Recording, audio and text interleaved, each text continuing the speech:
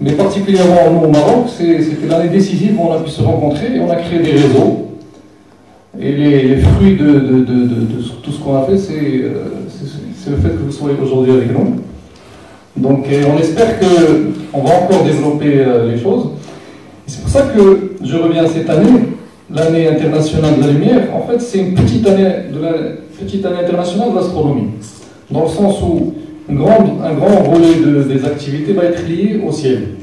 Il y a un programme spécifique Cosmic Light qui est dédié à tout ce qui touche à la lumière stellaire, le ciel, etc. Alors, je reviens au préambule de l'année mondiale de l'astronomie. Très important, le ciel est un patrimoine commun et universel et une partie intégrante de l'environnement perçu par l'humanité. Alors, vous sentez l'importance que l'on donne au ciel. Et malheureusement, de nos jours, surtout pour les personnes la majorité des gens qui vivent qui sont urbains, finalement, on a perdu le contact avec le ciel. Donc c'est devenu, si on veut voir un ciel, il faut soit rentrer utiliser un logiciel de simulation stellaire, ou bien il faut aller, je sais qu'il y a des gens parmi vous qui sont chanceux de pouvoir habiter dans des zones du patrimoine de l'humanité. Alors, vous voyez sur cette carte l'évolution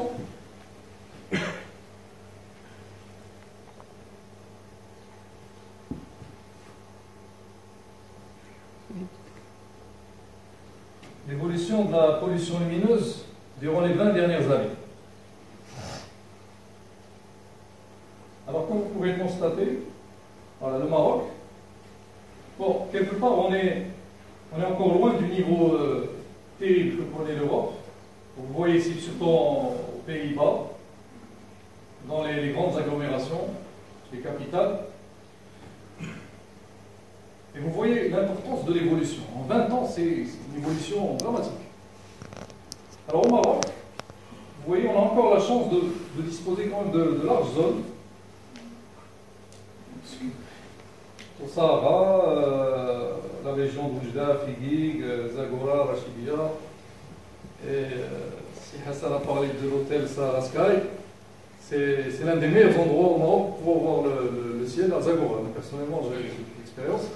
Je sais qu'à Rachidia aussi, c'est extraordinaire. Donc au Sahara aussi. Mais en fait, on a encore la chance de pouvoir bénéficier d'un ciel qui est encore préservé. Et ça dépendra de nous de préserver cette ressource. Parce que c'est une ressource. C'est une ressource à préserver. Parce que regardez là en Europe, il n'est plus question de voir le ciel étoilé que dans certaines régions. Et ces gens-là sont obligés, les astronomes qui sont assez nombreux, la communauté des astronomes amateurs, qui est assez nombreuse dans ces pays, elle est obligée pour pouvoir profiter d'un ciel de venir au Maroc, et, aux îles Canaries, en Algérie, bon l'Algérie c'est plus le cas du terrorisme, et en Namibie, etc., dans des pays où il y a encore la possibilité de voir un ciel étoilé. Donc en fait c'est une ressource. C'est une ressource qu'on peut développer, j'en parlerai un peu plus en détail. Alors quelques citations pour vous montrer l'enjeu. Alors, c'est une déclaration du directeur du Centre du patrimoine mondial de l'UNESCO. Alors aujourd'hui, pour la première fois dans l'histoire humaine, les étoiles ne sont plus visibles. Donc c'est un constat terrible. Quand on sait que l'être humain a toujours vécu sous un ciel étoilé. Et Hubert Reeves, le grand astronome canadien, les lampadaires ont éteint le ciel et ont rompu sa relation avec l'homme. Les étoiles aujourd'hui sont des êtres fictifs. Donc pour lui, c'est les lampadaires qui sont la cause directe de l'extinction des étoiles du ciel. Alors au vu de toutes ces déclarations alarmantes, mais aussi de l'importance de l'éclairage, parce qu'on ne peut pas vivre sans éclairage. L'éclairage est déterminant dans la vie moderne. Premièrement, il nous assure la sécurité, on ne peut pas vivre sans éclairage. Le confort, il permet de réaliser tous les échanges nocturnes. Mais est-ce qu'il est possible d'avoir un compromis entre un éclairage qui soit durable, qui soit économe, efficace, tout à la fois en préservant le ciel nocturne? Et bien croyez-moi, ce n'est pas du tout difficile, ce n'est pas une fatalité. On peut préserver un ciel et disposer d'un ciel étoilé, tout en disposant également d'un éclairage efficace et durable. C'est ce que nous allons essayer de vous démontrer au courant des ateliers qui sont à la suite de cette présentation, dans lequel on va rentrer en détail de la chose. Alors, la pollution lumineuse est une science qui vient à peine de démarrer. Comme les effets sont très récents et on n'arrive pas encore à vraiment connaître l'impact et l'évolution de cette problématique. Alors pour vous, urbains, citadins qui vivez dans des grandes agglomérations, généralement c'est ça. Vous avez toujours au-dessus de votre ville ce qu'on appelle le halo lumineux. Alors le halo lumineux, c'est très désagréable. Ça peut prendre des proportions énormes. On a fait l'expérience avec vos collègues avant-hier. Et on a vu qu'il y avait déjà ici un halo. On pouvait le voir, le halo. On était dans le halo, mais il était visible. Et un halo assez fort, qui empêche complètement de voir les étoiles. Alors l'un des phénomènes aussi néfastes que vous connaissez, c'est l'éblouissement des lampadaires. Il y a beaucoup de lampadaires qui dirigent leur flux soit vers les maisons, soit vers les allées piétonnes, et ce qui crée un éblouissement. C'est-à-dire quand vous regardez, vous portez votre regard, ne serait-ce que vers une direction pas très haute, vous avez un flux lumineux qui vient vers vous et qui vous dérange dans votre activité. Ça, c'est un phénomène très très désagréable. Et le pire de tous, c'est ce qu'on appelle la lumière intrusive. Alors là, c'est même plus à l'extérieur, c'est chez vous. Vous êtes dans votre appartement et vous avez la lumière qui rentre chez vous. Alors soit elle vous empêche de dormir, soit elle crée un milieu diurne permanent chez vous. Et ça, c'est vraiment le cas le plus extrême de la chose. Alors, on peut résumer ces phénomènes par trois constatations principales. Tout d'abord, le fait que, pour la première fois dans l'histoire de l'humanité, l'homme a perdu contact avec la voûte céleste. Ça, c'est une chose alarmante en soi, parce que toutes les civilisations ont vécu sous le dôme étoilé et ont développé je dirais entre guillemets, des relations avec les étoiles. Et aujourd'hui, cette relation en fait a disparu. Le deuxième point, c'est que les impacts de cette pollution lumineuse commencent à peine à être mis en relief, mais les scientifiques savent très bien que les 2/3 de la faune et de la flore sont nocturnes, donc les effets sur les animaux et les insectes sont évidents. Et des premières recherches sont en train de faire pour savoir quels sont les effets sur l'être humain. Et enfin, une autre constatation en fait, qui est très importante, c'est que actuellement l'éclairage n'est pas durable. La majorité des installations qui sont réalisées ne sont pas durables.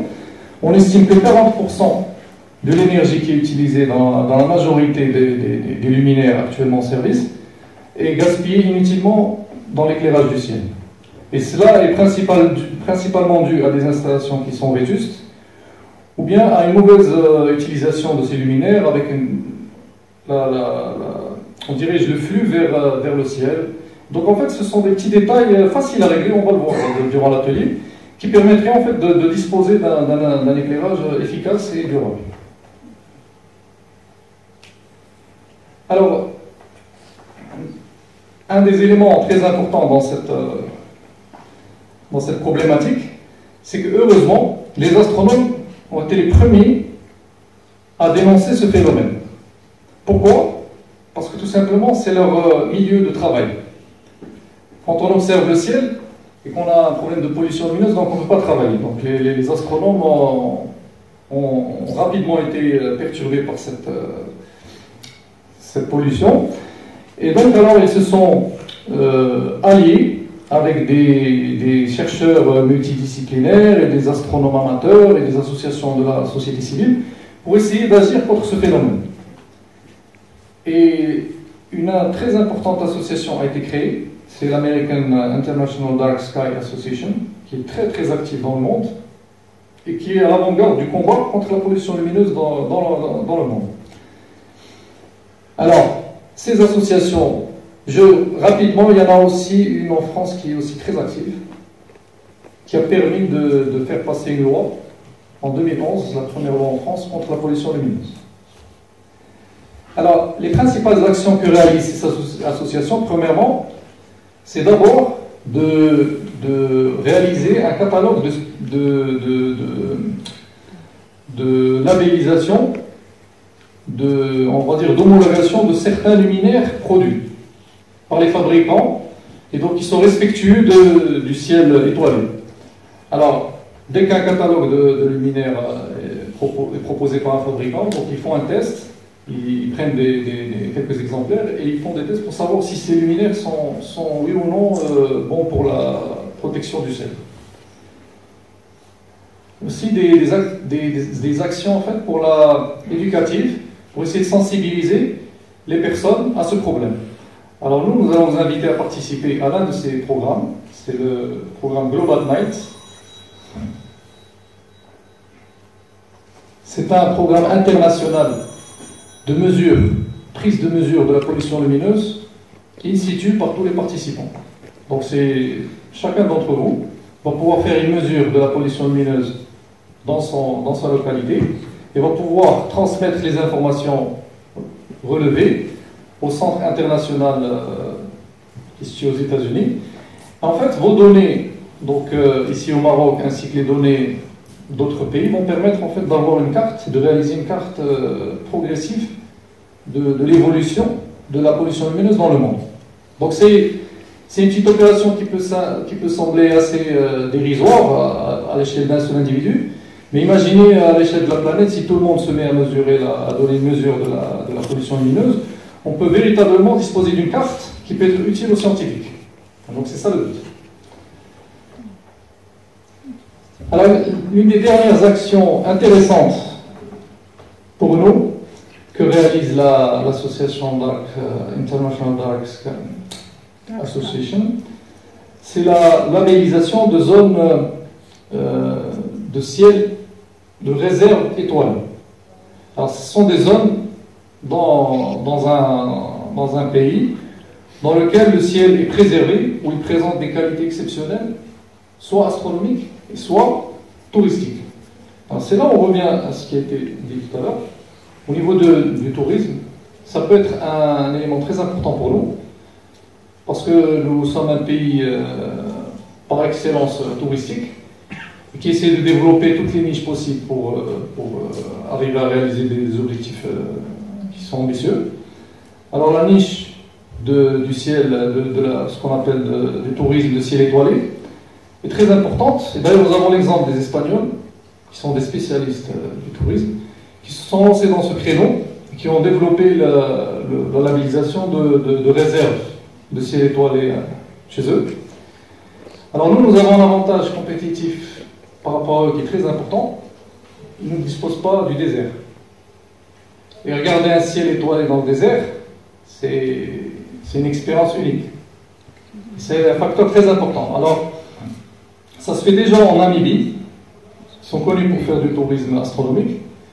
Alors au Maroc, ça serait bien aussi de développer ce créneau-là. C'est une niche qui peut sembler dérisoire à première vue, mais si on réfléchit, on développe le créneau, ça peut être très intéressant. Ça peut renforcer d'autres offres proposées dans l'offre globale marocaine.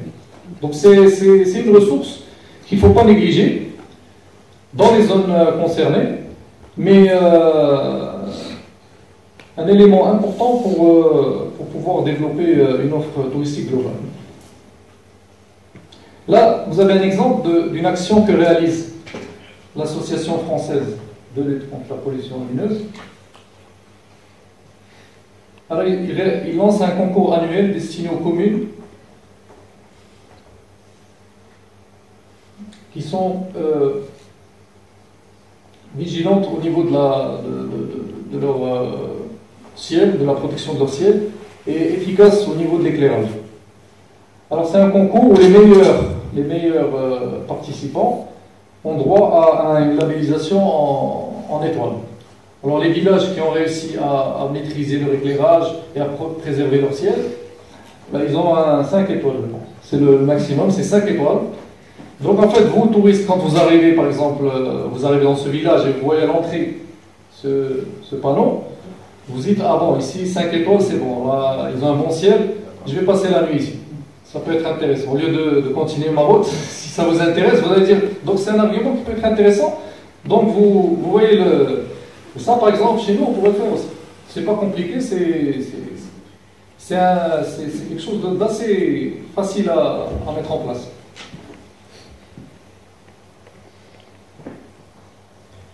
Alors, moi, ce que je vous propose, comme nous avons dépassé le temps imparti, dans le deuxième volet, on va le faire durant l'atelier, donc de la présentation.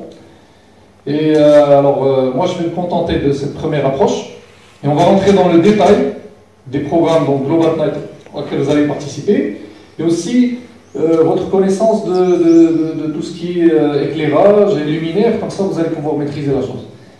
Et j'espère qu'à la fin de cet atelier, vous allez être, comme vos collègues d'ailleurs, qui ont très vite compris, et bien qui sont devenus de grands défenseurs du ciel.